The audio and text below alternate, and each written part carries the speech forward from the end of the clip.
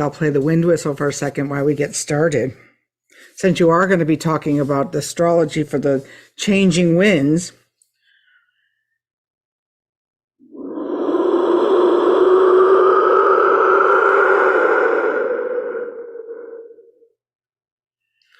remember, we're working with Ilmarinen, the Finnish inventor wind, and he would go to his smithy and he could pull out whatever he wanted from his magical smithy, including the sampo that would give them grain and money and the things that they needed to survive. So what are you going to pull out from your magical sampo, from your smithy, from your fire this week at the Fire Tenders Gathering?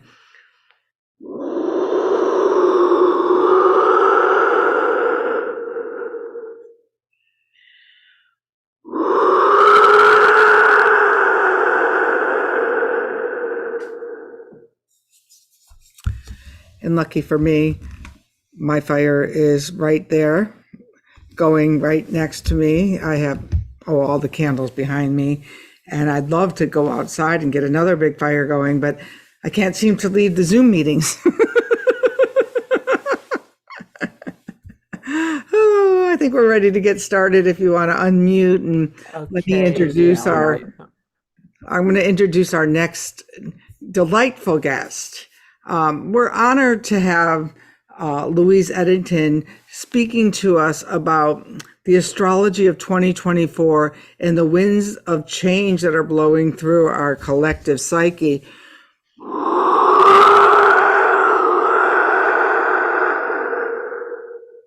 And we all know that that's going on.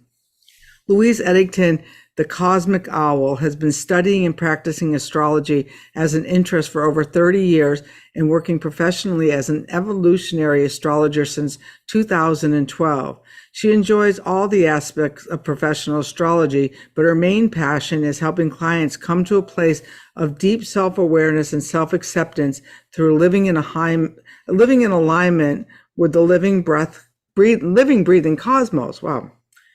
We like that. Let's absorb that. Yes. Self-awareness and self-acceptance through the living in alignment with the living, breathing cosmos. And for me, that's the wind, the wind that stirs, the wind that moves us. And she does this through providing astrological counseling, teaching astrology in classes, writing, and videos. And you can learn more about her. Go over to the calendar on the IM page, and you will see that she has a free gift called The Graceful Mysteries of the Centaur. I don't even want to say this. Chacarillo? Cariclo. Oh, well, say that again? Cariclo. Cariclo. I was like, oh, okay. Yeah. And so why don't we get started, and you're going to take over, and I'm going to, you have an autopilot here. Do you want me to admit them or not? I don't need the transcript. It's fine. Okay, no. Perfect. All right. So you can take over, and everyone enjoy this, and I'm going to step back and let Louise take it. Well, hello, everybody. And I'm really pleased and excited that Renee invited me again. This is my second time presenting for the I Am Symposium. And because Renee works with the wind and she runs the Wind Clan, it seemed an obvious choice to talk about the coming age of air. And so I have a few slides to show, and we'll talk about what that means astrologically, but also for us all collectively. But first of all, as Renee said, I am Louise Edington of the Cosmic Owl Astrology.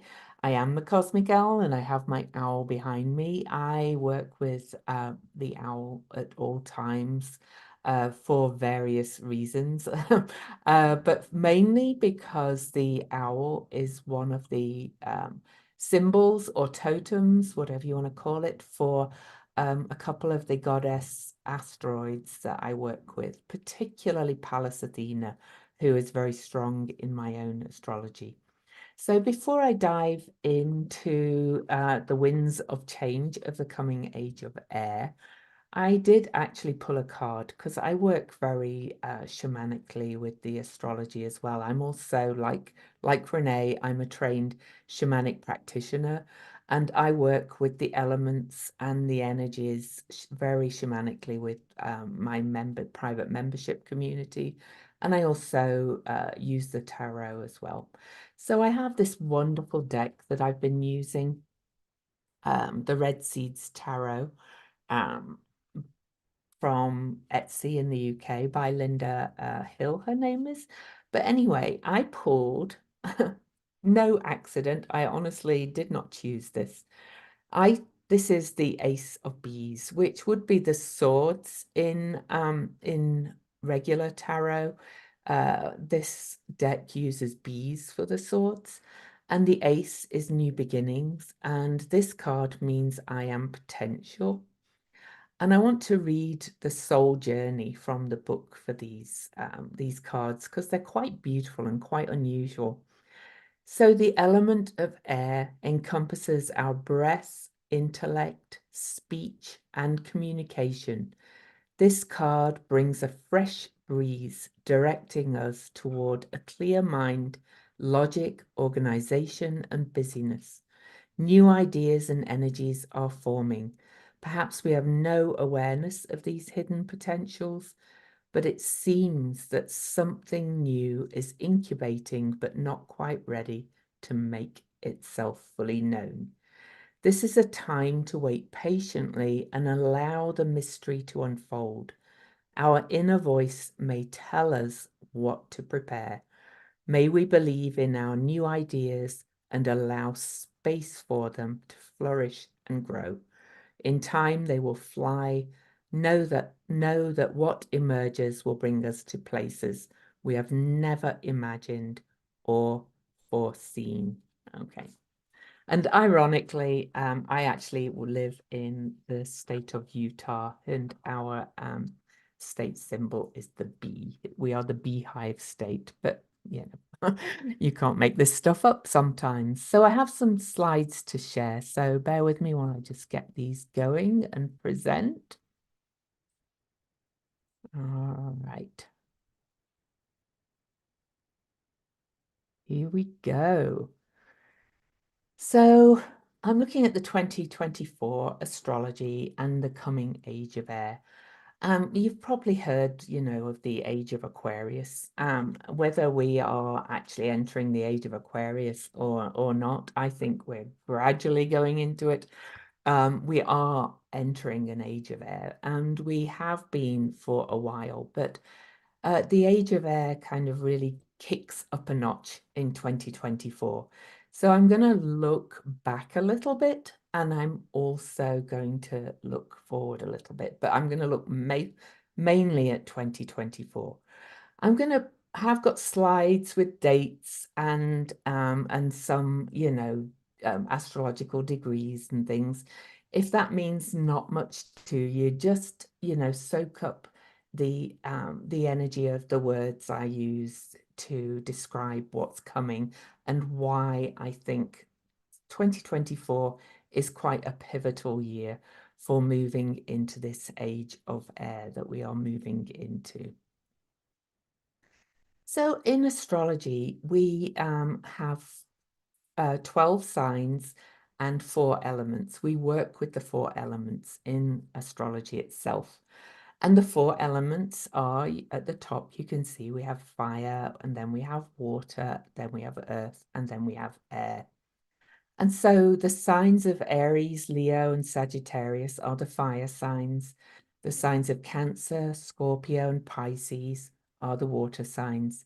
And the signs of Taurus, Virgo, and Capricorn are the earth signs.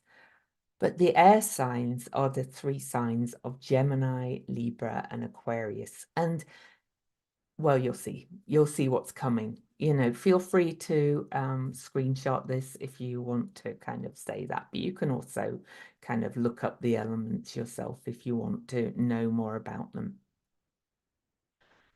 So the air element, the winds of change. I had to put a quote by one of my favorite writers, especially because air is to do with writing and mental processes. And Maya Angelou is actually kind of one of my shamanic guides, if you like, for writing, because I have written 3 books and I'm writing another one. But I just loved this quote. It actually came up in an interview I was doing with somebody else that's going to be out in January. But the need for change bulldozed a road down the center of my mind. And that's from Maya Angelou. And this kind of feels like what's coming, all right, this in 2024. Ironically, as we record this today on the solstice and the ingress of the sun into the sign of Capricorn, that's tonight, we actually have no significant air element in the cosmos at the moment at all. And we don't have any significant air apart from when the moon moves through the air signs until January the 20th. So right now we are in this dense period with all the other elements, earth, water, and fire. And that really kind of means that all our mental processes, all the element of air is really kind of pulled down into us. We kind of have this swirling within us, and it's going to start coming out later when we start to get air element coming into play in 2024. So I've given some keywords here about the air element in astrology for all the air signs. All the air signs, all the air element is to do with the mind, communication, thought processes, thinking, communicating. It's intellectual. It's about humor and wit. It's about mental activity, memory, knowledge, and comprehension. It's also about friendship, community, and the people as a whole, and data and information and invention and innovation. Okay. So that's an overall view of the air element. Now, let's move on. So the main influences in 2024. And if you remember that Gemini, Libra, and Aquarius are the air signs, you just try and remember that all the way through, though I will keep remembering you. The main influences in 2024 are that Jupiter enters Gemini. Jupiter has a 12-year cycle. So, Jupiter does enter the sign of Gemini every 12 years. And then the other 2 air signs every third of those, every 4 years. So that's not the biggest cycle in itself, but it is adding to the other things. Now, the other thing that's happening on January the 20th, as the sun enters Aquarius as well, is that Pluto, which has a 248-year cycle, enters the sign of Aquarius for the first time in our lives. Pluto's been in the sign of Capricorn since 2008, kind of causing havoc because there was a lot of major transits connected to Pluto through that period, bringing us a big time of transformation in earthly matters because Capricorn is an earth sign. But now Pluto's moving into Aquarius. Now, we did have Pluto in Aquarius for a short time early in 2023. So we've started to feel this energy coming in. But Pluto enters Aquarius on January the 20th and then does dip back into Capricorn just for a short period and moves finally into Aquarius on November the 19th. It's going to be in the sign of Aquarius for almost 20 years. It's 2043, 2044 that Pluto will leave the sign of Aquarius. So then, we've got some aspects. I'm not going to go over every one, but another air element that we have coming up on June the 4th is we have the Venus star point in the sign of Gemini, another air sign, right? And so we do have a Venus star point, which is when the Sun and Venus are conjunct from our perspective. We have a Venus star point every 9.5 months, but we have a Venus star point in Gemini currently. They change, but that's a whole nother subject. We have a Venus star point in Gemini every 4 years. But this one is resonating back to one that was 4 years ago in 2020. So that's more air. Okay. And so on April the 27th, we have another big shift. The dwarf planet Sedna enters the sign of Gemini for the final time and will be in Gemini for many years, because Sedna is the furthest out newly discovered dwarf planet energy, and Sedna has an 11,408 year orbit. So Sedna was last at this area of the skies from our perspective right at the end of the great ice ages and the Neolithic period, and the time that people changed from being hunter-gatherers to kind of settlements and cultivating the land and so on and so forth. So Sedna really kind of brought in this huge shift in how humans lived on the earth. So, we're entering another Gemini, another age of air in so many ways, and I'll explain all the other ways. But I want you to kind of soak up how this is not just a mini age of air. This is a major age of air. And then, you can see a couple of other things. By the end of the year, Pluto finally moves into the sign of Aquarius for almost 20 years on November the 19th.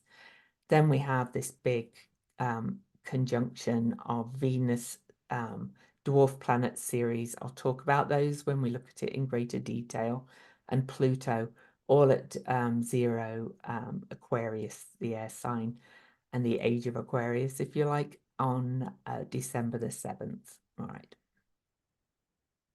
We also have, and I'm not going to dwell on these, but we also have usually 4 eclipses, usually 2 pairs of eclipses every year.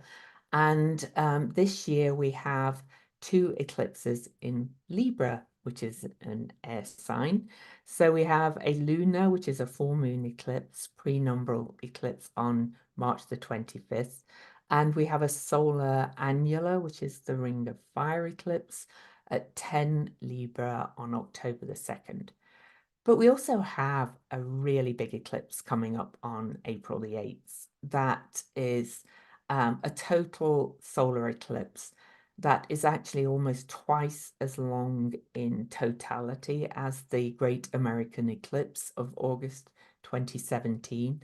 And this eclipse is going right up through Mexico, Texas, right up to Maine in totality. And it's the last total eclipse in that is visible from the mainland USA. I know not everybody's in the USA, but it's worth mentioning until Pluto actually leaves the sign of Aquarius. Now, the reason why this one is important is that this total solar eclipse, a new moon eclipse, is in the sign of Aries, which is the polarity sign to Libra, the air sign. So it's kind of, and Aries is new beginnings. So it's kind of eclipsing something from the opposite sign in many ways. So, another big shift into this age of air. And I will be talking about what it all means at some point. Don't worry. Okay, so I'm going to give you a pile of dates here. I'm just going to quickly go through them and kind of say how we've been moving into the age of air and also what's to come. But the first thing I invite you to notice here is how many things are happening in 2024. And so you can see why I kind of think it's a pivotal year for moving into this age of air. I have to So just, on March, I'm like just blown yeah, away. You know, I'm sorry, I am blown that's away okay. because, I wrote this book 7 years, 8 years ago, and it's like be ahead of its time, and it looks like its time is now. So you can continue. I think Sorry, it I is. was like, Yeah. I'm like, No, I don't I'm in mind at all, tears over here. Renee. I'm like crying. Yeah, Thank you. good. Oh, I picked the right. No, you're welcome. I obviously picked the right topic then for you. So, March the 31st, 2020, we had a Mars-Saturn conjunction at 0 Aquarius. That 0 Aquarius is such a pivotal degree. And of course, it's the first degree of the sign of Aquarius. Now, signs and ages are different, but I still think it's significant that we're having all of this happen at the beginning of the sign of Aquarius. So that was back in 2020. And of course, we did see the winds of change kick in big time in 2020 in so many ways, but we won't go back over that. Then we had a big conjunction at the end of 2020 of Jupiter and Saturn. Now, Jupiter and Saturn meet every 20 years, but every 200 years they change element. So at the end of 2020, we began 200 years of what's called a great mutation. The Jupiter-Saturn conjunctions are called great conjunctions, but when they change elements, for 200 years, that's called a great mutation and mutation. So winds of change. And that was also at 0 Aquarius. Then in March of 2022, we had a Venus-Mars conjunction at 0 Aquarius. Add to that, I work with the Venus cycles, the greater Venus cycles as well. On October the 22nd, 2022, we had Libra, air sign, Venus star point, where the Sun and Venus meet from our perspective at 29 degrees of Libra. And this is the first Libra star point since the 1800s. So that was another shift into air as well. Then in January, what's to come? Okay, in 2024. January the 20th, 2024, the Sun and Pluto both ingress, which means they enter the sign of Aquarius after they have an exact conjunction at the very last minute of Earth sign Capricorn. So in so many ways, we're moving from Earth to air, all right? But we're also moving from the age of Pisces, but I'll talk about that a little bit when we, towards the end. February the 14th, 2024, Mercury will join Pluto at 0 Aquarius. On February the 17th, Venus will join Pluto at 0 Aquarius. Now, the Sun, Mercury, Pluto, they're all personal energies, so they are really bringing it in for us. Mercury is our mind, so that's associated with air as well. Venus has 2 signs associated with her, but she is the ruler of Libra, that Libra star point, and she's also associated with air. And then on February the 22nd, remember we had a Venus-Mars conjunction in 2022 at 0 Aquarius. We have another Venus-Mars conjunction in Aquarius at 6 degrees.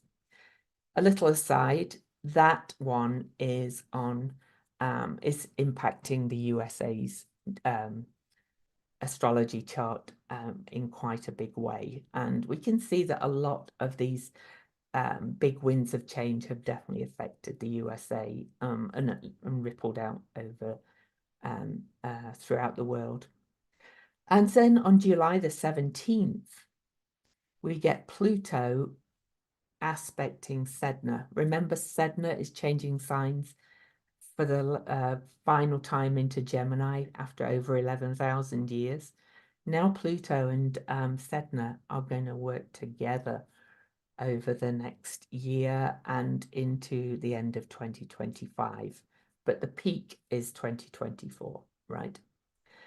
Then Pluto will briefly re-enter Capricorn. We've got some earthly matters to mop up and tidy up, if you like. But then we'll move back into Aquarius on November the 19th. Then we have on December the 7th, what I consider to be a really important conjunction. We have Venus. Remember, she rules the sign of Libra. We have Ceres. Ceres is the great mother. Okay, she is what nourishes us, what feeds us, what nurtures us. She's associated with grief and loss and forgiveness, but she's also associated with attuning to the cycles of life and the winds of change. Because if you want to read about Ceres, she's really the same energy as the Demeter Persephone myth of transformation and change. And Pluto could be Hades in that myth. I'm not going to go into that whole story, but there's a whole thing here about, to my mind, and I am writing a book on Ceres, so it's Ceres if you're listening. There's a whole idea, in my opinion, of Venus, Ceres, and Pluto coming together about integration and connection, which is a lot to do with the air element. I think we're going to have a lot of new alliances, a lot of coming together, and I'll speak more to that in a minute. But that's at that 0-degree Aquarius. Again, we cannot make this up. And if you remember, or if you know numerology at all, the number 0 is the Fool in the tarot. It's taking a leap, it's infinite new beginnings, it's possibility, it's potential. And they're kind of all airy kind of ideas as well. The Fool card is very associated with the planet Uranus, which rules Aquarius.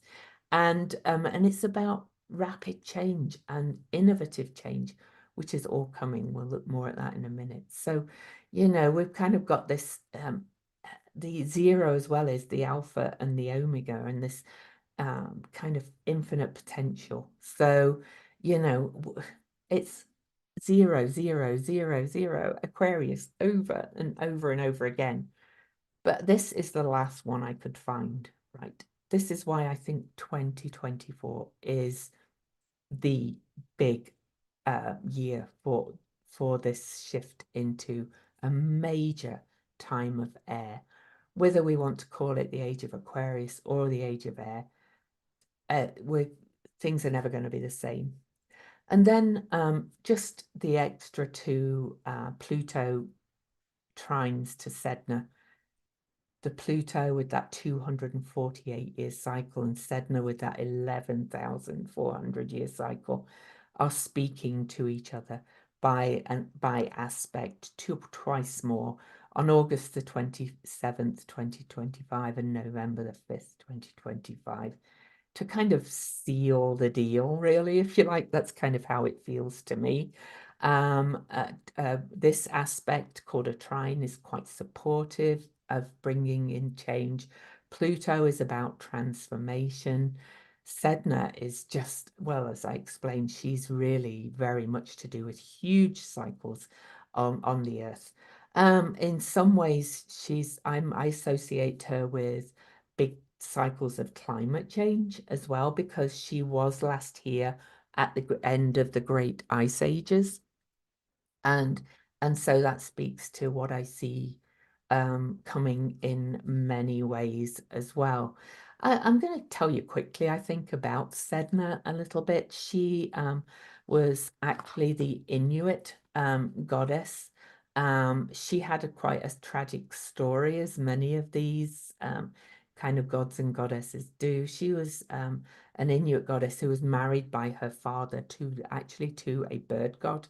And it was she was tricked into the marriage, and it was quite tragic, and she wanted to escape the marriage, and so she called on her father to come and take her away from the bird god. And birds, of course, are associated with the air element too.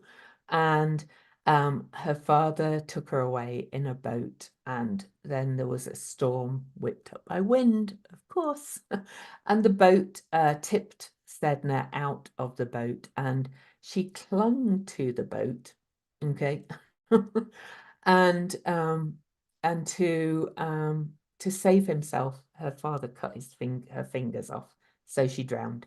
And so fingers are very much often to do with air kind of element as well, because it's kind of like we create music, we're tapping ideas. But anyway, and then her fingers became, sea creatures, and she became this Inuit goddess of the oceans who created famine if she wasn't honored. She was very Ceres or Demeter-like in that respect. She could be a destroyer goddess if she wasn't honored. This is all part, to my mind, of the rise of the divine feminine to be equal with the divine masculine. And I love that this is bringing the air down to earth and to the oceans to kind of heal the oceans. But that's my take on that one anyway. And I hope you're enjoying my pictures of fairies and things, because I feel like we're all going to be fairies. Because if you know anything about the elementals, the fairy is the air elemental. So is this the age of Aquarius? All right, is it? I say just maybe. And I don't know if I'm even going to fill an hour. I'm sorry about that, Renee, if I don't. But I had a lot on at this time of the year. But I'm going to talk at length about what the age of air is bringing anyway. So as I mentioned, the air element is very much about new innovations, and we're already kind of seeing a lot of new technology being introduced and discovered and invented. And I follow a couple of YouTube podcasts that look at things like green energy. And even though most people will go, oh, electric cars, or wind turbines, of course, wind and air, but also and really solar panels as well, but that's kind of more clean energy. But if you think about winds of change, wind blows through, cleans the cobwebs, it's very clean. So I kind of feel like this age of air is really kind of going to bring more clean energy. And in these podcasts, there's actually amazing things being developed. They're not kind of in our face and in our public awareness yet, but there's a lot being developed around storage of clean energy, better recycling of rechargeable batteries for things like electric cars and electric storage. But there's also even new ways of creating clean energy being created as well. So it's not just all going to be the batteries, because I know, a lot of people are like, oh, well, it takes all this to build those batteries. We're still building the earthly resources. So, remember, we're in this time of change. We are in this shifting period. We've been in, at least even with the great mutation that I mentioned of Jupiter and Saturn at 0 Aquarius, we've been in this time of materialism, this time of using the earth, this time of digging up the earth's resources to use. We've been in this era of control and domination by of domination of the earth and domination of the land. If we go back to indigenous practices in most countries, nobody owned the land then. And it's kind of like, how can we own land, really? It's just like we all are on it. But, you know, I think there's going to be shifts in those directions too. But talking about the new innovations again, remember we're in this winds of change. We are entering the age of air. We are not completely finished with Earth yet. So we are still using the Earth's resources and learning how to move away from that. And it will happen. I'm sure it will happen with all the things that I see happening and coming. It's just things are going to get cleaner. There's going to be rapid change with those winds of change. If you think about the speed of wind, blowing through the cobwebs of the mind, bringing new ideas, all that kind of energy. There's going to be huge technological and medical innovations. You know, there is, I do mention at the bottom, there is always shadow of any energy, and we get to choose how we use it. But, you know, I know a lot of people, and I actually, funnily enough, got accused of promoting transhumanism once just because I say that's what the astrology is bringing in. So I'm not promoting anything. This is what I see as coming. But, you know, we're already hearing of huge advancements in kind of technological implant technology that could make deaf people able to hear again, blind people able to see again. So there will be good uses. And yes, of course, there is the potential for, you know, not as good uses of it. But let's focus on the good that's coming, right? Okay, that's in my opinion.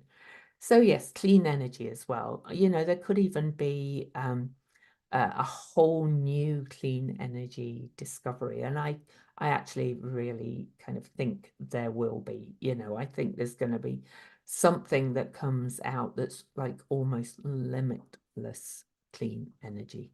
All right. So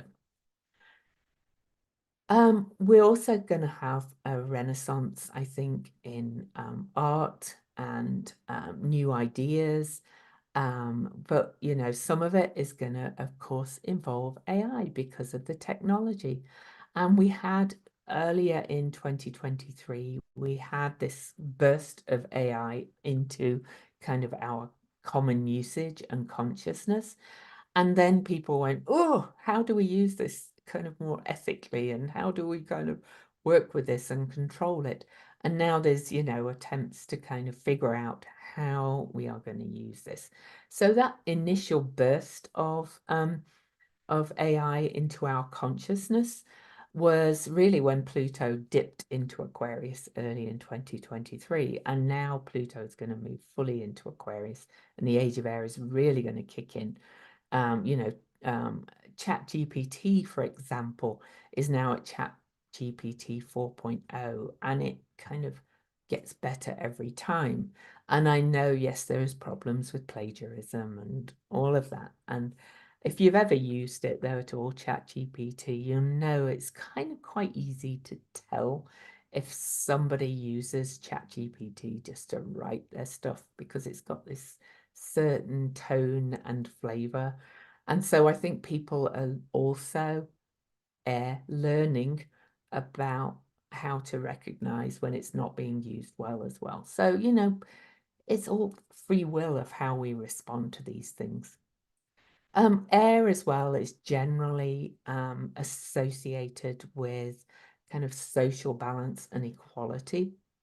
Aquarius itself is the sign of the humanitarian and the people, and more equality, egalitarian. You know, I don't think we can ever reach complete equality, right? But I do think there's going to be a shift back to a more equal and egalitarian society. But we have to bear in mind that, you know, the opposite sign of Aquarius is Leo, royalty, the king, all that kind of stuff. And we're leaving the sign of Capricorn, which is really kind of rules, man-made rules and control of structures and things like that. All of that's kind of in resistance at the moment but the winds of change are coming. And, you know, I kind of think the kind of authoritarian type leaders or the power hungry leaders are kind of going to start fading away. At least I hope I'm right. And, you know, even if we want to talk about these greater ages, which I will talk about more in a minute, the age of Pisces was really about control by the church, but we'll go there in a little bit. So people power is another thing about the age of air, because it's people making connections, coming together. But also with the advances in technology, I kind of wonder with, you know, the changes in how and the resistance to how we run elections and things. I wonder how long it's going to kind of take for, you know, people to just kind of vote with, I don't know, maybe their eye scan or something, so that everybody kind of has that vote with the eye scan. There may be something like that coming again as well, because people are tired, because of we're at the end of the change. They're tired of being controlled and manipulated and all those kind of things. So now, definitely revolutionary change with the age of air. You know, the last time Pluto was in Aquarius, and we've already seen that this is more than just Pluto in Aquarius. We had the American Revolution and the French Revolution we had with Pluto entering Aquarius back then. And we had these new constitutions that were all kind of all about freedom, liberty, and, you know, brotherhood as well, or sisterhood, or humanhood, whatever you want to call it, which are all very kind of air energies as well. So they had the ideas of that. It may not have quite worked out that way, but I am kind of wondering if, because this shift is more than that one was in many ways, I wonder if we're just going to learn from what didn't kind of shake out that time around. All right. So, you know, we might learn how to work with each other better, and to bring more social equality, and to start speaking to each other again, very much airy, and communicating and coming together in communities, both at a local and bigger level. Interestingly as well, you know, air is kind of that energy of wind and movement and things. It's also very associated with the airwaves, with the internet, with coming together in bigger global communities. So, you know, I think something will come of that as we move more into the age of air. So I briefly mentioned that we're definitely moving into a period that is less materialistic than we've been through. If you kind of feel, I talked about those ages of air that we're moving into the great mutation of Jupiter and Saturn into air. When 200 years ago, when we entered the age of Earth, was when we really started to rape the earth, if you like. You know, the age of industrialization of the machine, building cars, mining increased, everything kind of just really kind of increased. Well, you know, I definitely feel and sense already, and people were all about accumulation during that, right? You know, greed is good, all that kind of thing. Focus on, you know, building as much as you can. Billionaires really became a thing, whilst also there was the opposite. It was like, let's hoard, accumulate earth, keep it. I'm really already noticing the shift towards less. You know, people are kind of simplifying. We had the tiny home movement there for a while, which I think kind of swung the pendulum a little bit too far.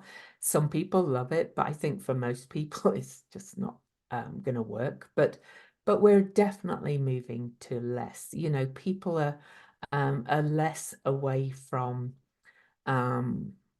if we use things like vision boards, for example, and things like that, and I see this with my clients, people are more kind of putting things on that's more about their quality of life and about ideas and creativity and freedom as well of movement and so on, rather than putting the big house on and the owning of this and the owning of that. There's definitely a move away from accumulation. So thank you. New alliances and laws and constitutions, even. Clearly from the French and US revolutions, we saw new constitutions. I kind of think there could be new, borders, new alliances all over the place, locally and globally, and new constitutions and new laws written that will actually kind of be more people focused in general. Here in the US, we can perhaps kind of hope that things like women's healthcare finally gets encoded into federal law. It's kind of those kind of new laws I think will be written.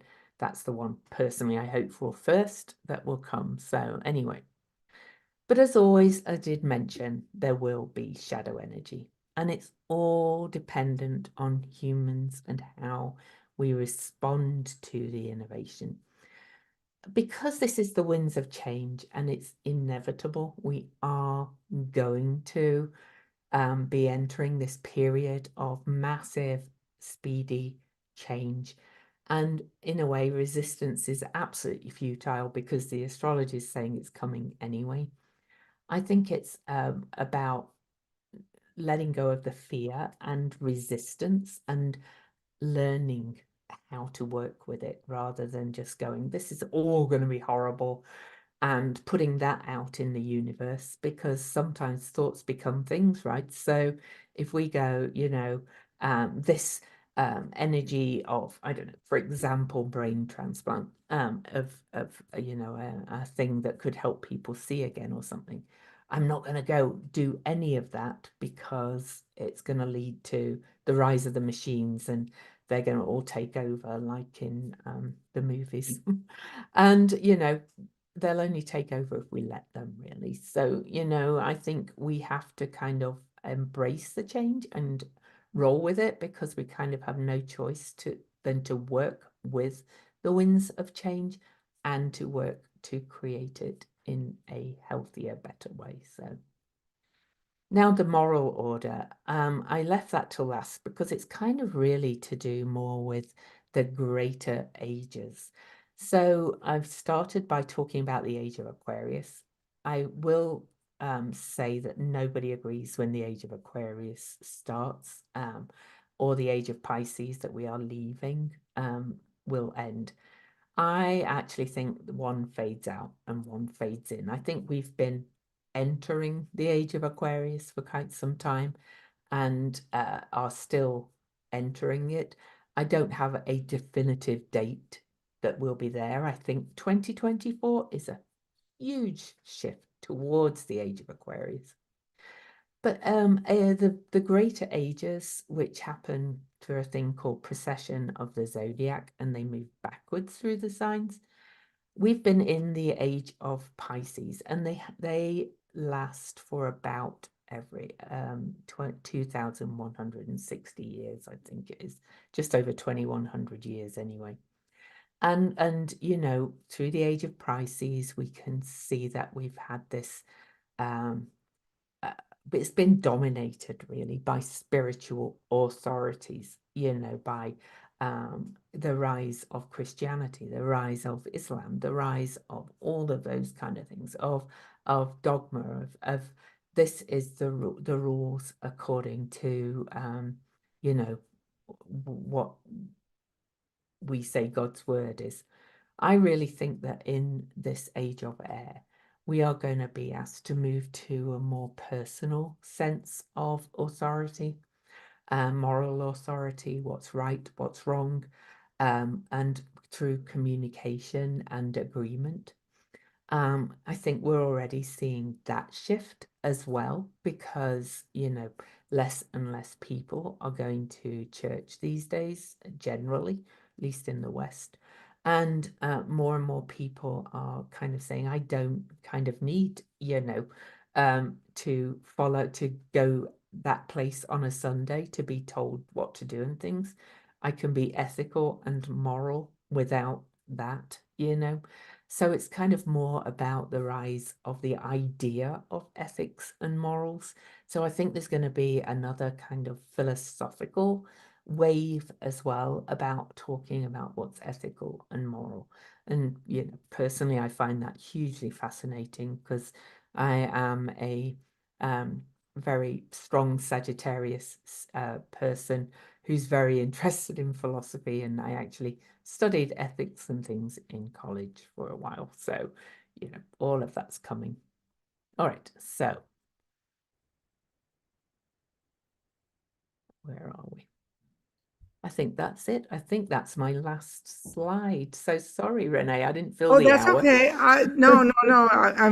There was just so much you said, and I have questions about things. I'm gonna have to sign up. I'm gonna have to get a reading because there are a lot you said made a lot of sense. In fact, the TED Talk I'm working about, talks about when the shift happened. So yeah, let's get together and Cool. her Shall I gifts. stop sharing so we can talk? Yeah, you can stop sharing. I'm back to back because now I realize an hour between is not enough. Or you need somebody to help you do it. Don't tell anyone. I'm sitting here in my jammies because I threw over a thing and I haven't even had a minute to get. Everybody knows now. Adorable. Yeah, and I'm presenting on the next one, so maybe I should, put on some lipstick. Thank you. Oh, I just saw your message. So That's yes, okay. I'm glad I was a bit short then. Yeah. No. You have so much wealth of information, and I want to know more. I'm really going to schedule my own appointment with you, and I hope everyone else does too. You do appointments, right? I do. Yeah. Yeah, she does Yeah, some, but I know you teach more. All right, I do teach more, but I'll become an avid fan. Thank you. And my website is Cosmical Astrology or louiseedington.com if anybody wants to go and check that out. But let Renee get him first. And that's funny. And let everyone check out her gift. And there's so much wisdom here. And I really want to thank you for being with us again and mark the date for next year because we're moving into the age of astrology. It's like, oh, we got a theme. So I know. So that's like perfect. Well, so thank you for having me again too. I really enjoyed it. And we'll see you next year. I'll see you before then, but okay. So thank you, everyone. Yes.